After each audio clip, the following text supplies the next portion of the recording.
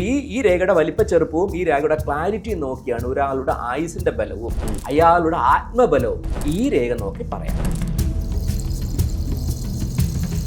പിന്നെ ഇത് പോയി എൻഡ് ചെയ്യുന്നത് ചിലവരുടെ കയ്യിൽ ഈ ചൂണ്ടുവിരലിന്റെ കീഴെ പോയി എൻഡ് ചെയ്യുന്നവരുണ്ട്. ചിലവരിൽ ഈ സാറ്റേൺ മൗണ്ടിൽ എൻഡ് ചെയ്യുന്നവരായിരിക്കും. അവർ കുറച്ച് സെൽഫിഷ് ആയിരിക്കും.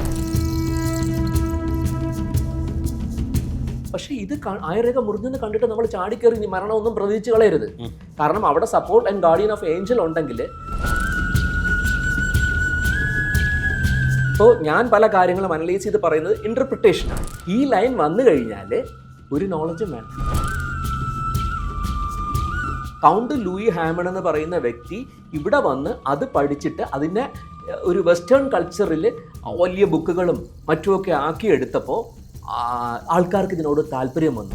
ബൈബിളിൽ പോലും ഹസ്തരേഖ സപ്പോർട്ട് ചെയ്യുന്ന വചനങ്ങളുണ്ട്. യോബിന്റെ പുസ്തകം 37 അധ്യായം 7 പദ്യം.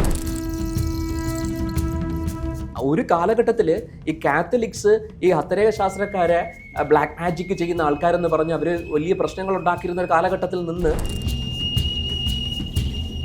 ഡൗൺ സിൻഡ്രോം ബാധിച്ച കുട്ടികളിൽ ഒരു മോർ ദാൻ 80% കുട്ടികൾക്കും സെമിയൻ ലൈൻ ഉണ്ടാവുമെന്നാണ്.